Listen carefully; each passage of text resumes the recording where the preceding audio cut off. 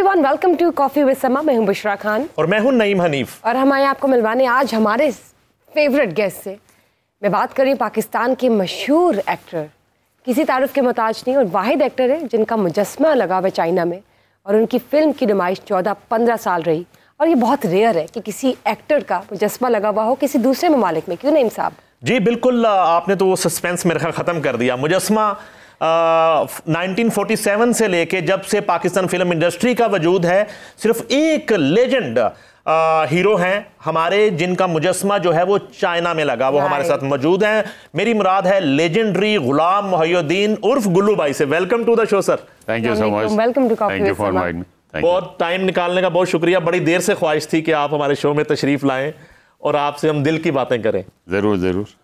ये बताइए, गुल्लू भाई जो है, आप गुल्लू भाई आपको कौन कौन कहता था इंडस्ट्री में? क्या आपकी बेगम भी आपको गुल्लू भाई कहती है?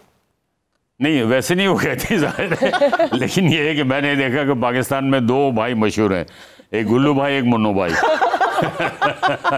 नाम आपका किसने रखा? वो मुझे कहते थे, अल्लाह उनकी मग़फ़िरत करे, ए गुल्लू भाई। मैं कहा मुन्नू भाई। तो उनसे मैंने एक दिन पूछा था, कहने का डर लगता है वैसे किसी दिन कहीं ना दे। मेरी बेगम का ये होता है कि अभी कोई कॉल वाला है ना, तो अगर वो फ़ोन अटेंड कर ले, नाम पढ़ के, हाँ भाई हाँ है तुम्हारे गुल्लू भाई, यहाँ बात कर लो, इतना होता है बस। अच्छा, जब सेट पे होते हैं तो साथी एक्ट्रेस होती है, हीरोइन जो काम कर रही है आपके साथ, जी जी, तो वो भी कभी के गुल्लू भाई आ जाएं जल्दी सेट पे, या वहाँ एक रोमांटिक माहौल बनाना पड़ता है वहाँ पे? नहीं, अगर वो कहे तो मैं काम ही ना करो तो नल के कोई अगर कहती हो आपके खिलाफ मर्जी। नहीं, वो गुल्लू जी चलता है। गुल्लू जी, ओके ओके ओके, गुल्लू जी, गुल्लू साहब, गुल्लू जी, उधर ये चलता है। कोई तो होंगी ऐसी जिन्होंने कभी कहा हो और आपको अच्छा ना लगा हो कि गुल्लू भाई कह के मुझे क्यों पुकार दिया? एक्चुअली मेरा एक टीवी प्ले हुआ था फिल्म ज्वाइन करने से पहले। I used to work on TV. तो वो टीवी का प्ले जो था ना वो बड़ा पॉपुलर हुआ था मेरा। उसमें मेरे कैरेक्टर का नाम था गुल्लू। ओके। फिर गुल्लू गुल्लू गुल्लू गुल्लू गुल्लू वो ऐसे चला है कि मेरा असल नाम जो पीछे हुआ है थोड़ा सा, और ये नाम बहुत ज़्यादा आगे आ गया।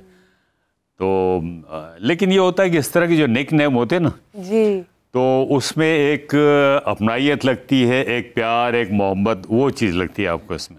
छुप छुप के सिनेमा जाने वाला गुलाम मोहिउद्दीन जो है वो इतने बड़े लेजेंड कैसे बन गए, और ये छुप छुप के फिल्म देखने की वजह क्या थी? फैमिली में कुछ सख्ती थी, पाबंदी थी? वो जरा बताएं हमें, ये क्या सीन था? आप तो मुझे बड़े जासूस लग रहे हैं, आपको सब बातों का पता है।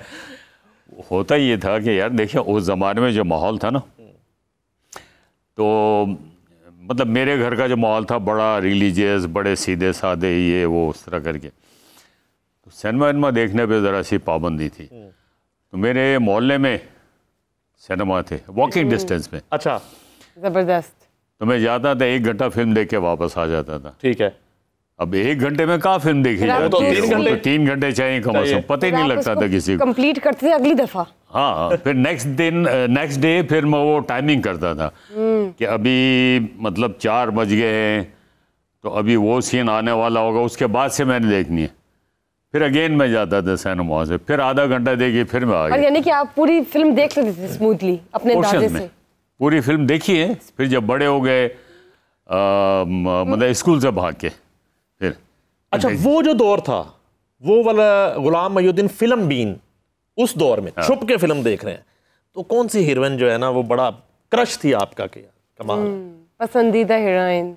मैं मतलब उन सबको देखता था स्क्रीन पे, उस दौर के जितने भी हमारे सीनियर आर्टिस्ट थे, और फिर मुझे आहिस्ता आहिस्ता शौक़ हो गया, मैं कहा मैं भी काम करूँ इस तरह से। किसको देख के ज़्यादा आपको होता था कि यार ये जो हीरो है ना, ये मैंने ये टाइप काम करना? मुझे उस दौर के जितने आर्टिस्ट थे उनमें अलाउद्दीन साहब, मोहम्मद अली साहब, मतलब वो मुझे इम्प्रेस करते थे अपने टैलेंट से। आगा तालिब साहब, और अलाउद्दीन साहब की तो वैरायटी ये थी कि वो बड़े वर्सटाइल आर्टिस्ट। अच्छा। वो उर्दू फिल्म हो, पंजाबी फिल्म हो, कॉमेडी हो, हीरो हो, विलन हो, बहुत ज़बरदस्त। इसी तरह ये दूसरे भी थे। तो फिर मैंने कहा अब इंडस्ट्री तो लाहौर में है, कराची में उस दौर में बड़ी छोटी सी इंडस्ट्री थी। फिर मैंने रेडियो से प्रोग्राम शुरू किया सबसे पहले। हाँ, रेडियो से किया, बिल्कुल। हाँ, और स्टूडेंट लाइफ थी, बज़ में तलबा एक प्रोग्राम होता था। तो मैं कॉलेज के प्रिंसिपल के पास गया, मैंने कहा सर वो मैं रेडियो पे काम करना चाहता हूँ। कहने तुम यही काम कर सकते हो, तुम पढ़ोगे लिखोगे नहीं, यही कर लो जाओ। मैंने कहा अच्छा ठीक है। मैं सर आपका अप्रूवल लेटर चाहिए। अच्छा। उन्होंने लेटर दिया, फिर मैं गया रेडियो पे, मैंने ऑडिशन दिया तो फेल हो गया मैं। अच्छा। हाँ मुझे फेल कर दिया। मैंने चलो ठीक है। फिर मैं गया, फिर अप्रूव हो गया। यावर मेहदी साहब थे। उसके बाद फिर मैं कमर्शियल प्रोग्राम्स में आ गया मैं।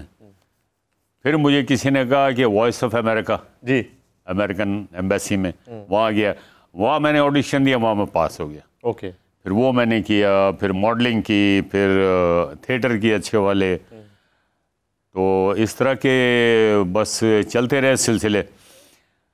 फिर जब मैं लाइमलाइट में आया, जब सेंट्रल कैरेक्टर्स मेरे हुए सीरियल्स में, जिनमें 2 लोगों का बहुत बड़ा कंट्रीब्यूशन है, एक कंवर आफ्ताब साहब का और एक कासिम जलाली साहब का।